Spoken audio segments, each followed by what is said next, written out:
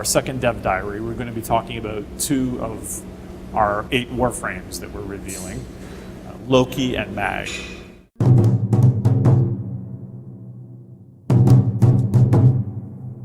I guess we'll start with Loki, because my personal favorite at the moment. Yeah. I think. Yeah. Also a favorite.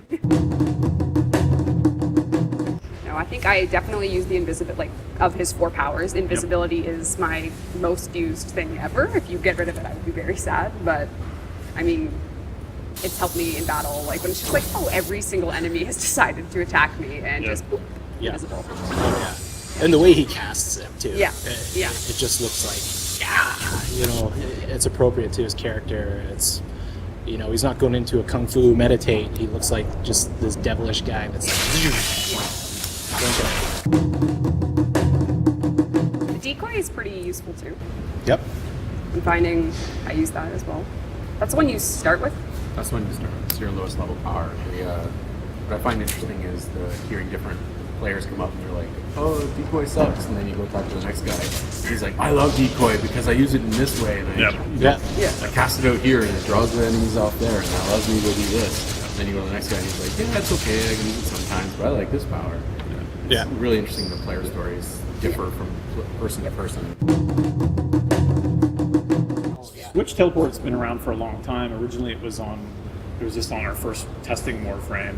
And I remember back around March and the weird things that you could do with it, and we kept getting QA bugs for it, which are like, oh, you can use switch teleport on another player, and that you should fix that. You can use switch teleport in this way. And our philosophy with the game and with the powers is to not nail down and kind of constrain everything, because what we really want is expressive play, and for them to figure out how to use a power in a way that even Scott, as a designer on it, never even imagined it to be used. There's just really interesting ways you can use decoy with switch teleport. You can put your decoy up on a ledge. You can switch your decoy. So this was another the switch teleport is so awesome. You can throw your decoy up on a sniper position and then switch with your decoy and get to spots that you shouldn't be in or whatever.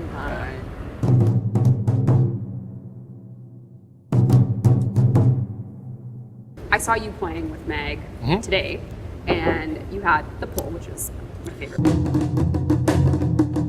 Yeah, so in the situation Steve described, locking the guy in the fire, we did the Mag pull, and now, because of that discovery, people know that I can pull someone into fire, or pull someone into danger. My favorite pull move is we have levels with giant pits in them, and I love pulling them from afar and watching them fall. Into the space pits. Every time I get in there, it might just get Oh, for sure.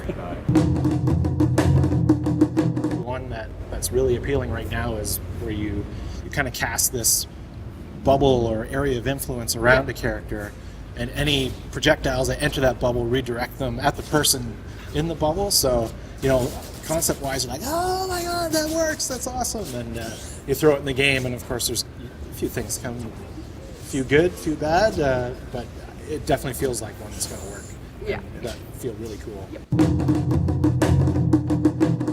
Is the name an Uber power for the 4th one by the time you get your 4th unlocked? Yep. Yeah. Okay, because Mag's Uber is just insane. What it is basically, it's called Crush.